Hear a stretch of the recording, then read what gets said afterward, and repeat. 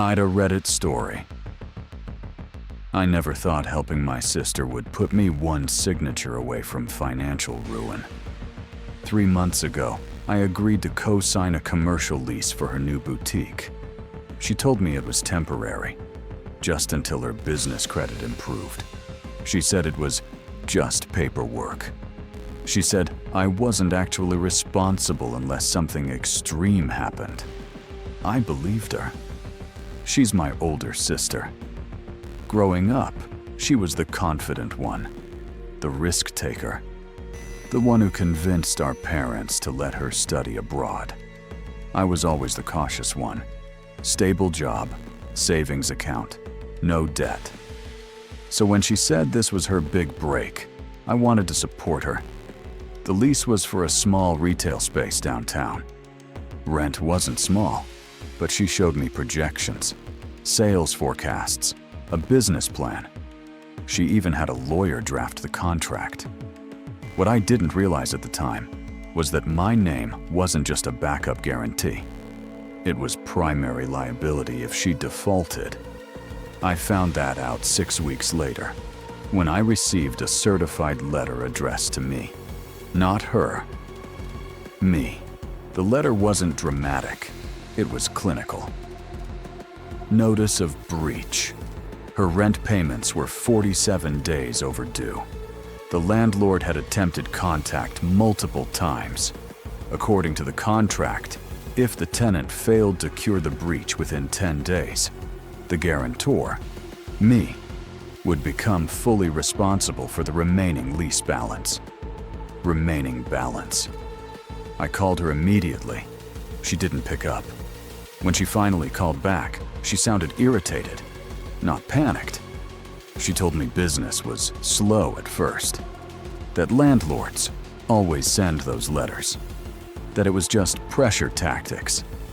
But then I asked her a simple question. Did you pay anything this month? Silence. Then she changed the subject.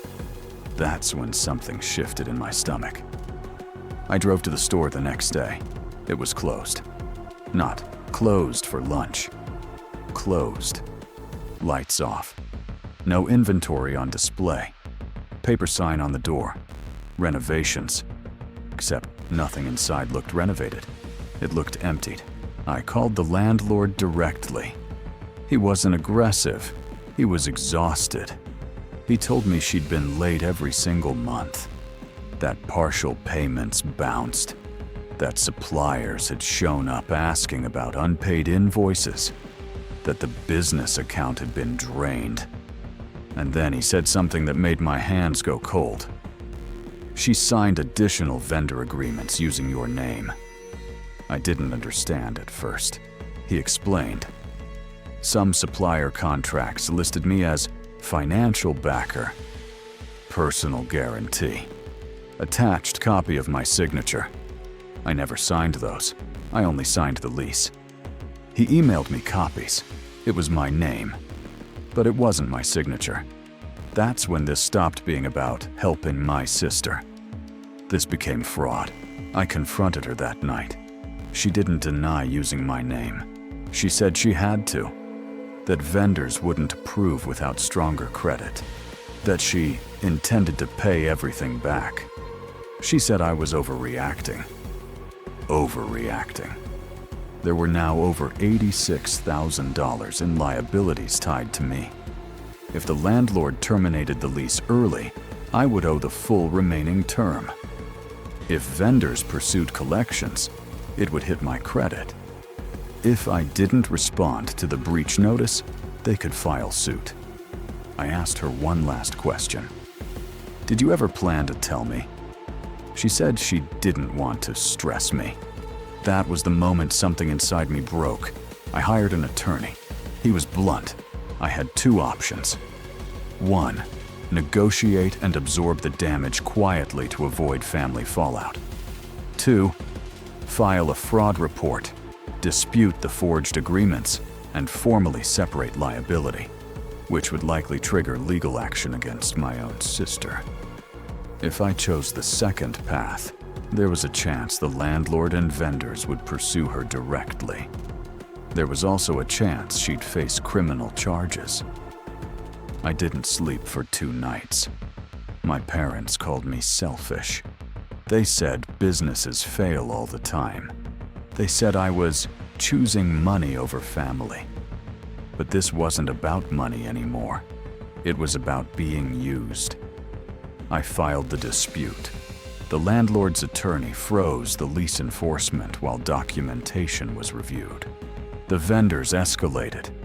My sister called me hysterical, saying I was ruining her life. But here's what still haunts me.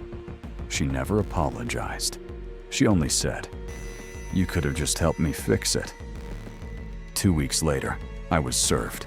She filed a civil claim against me, alleging I withdrew support in bad faith and sabotaged her business. That was the final fracture, because the moment she sued me, it stopped being about sisterhood. It became survival. The case is ongoing. My credit is temporarily protected pending investigation.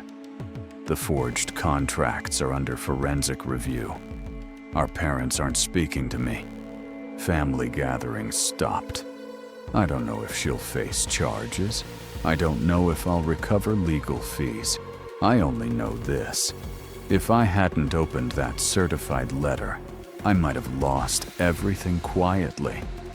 So now I'm asking strangers on the internet, was I wrong for choosing to legally protect myself? Or should I have swallowed the damage to keep the peace? AITA.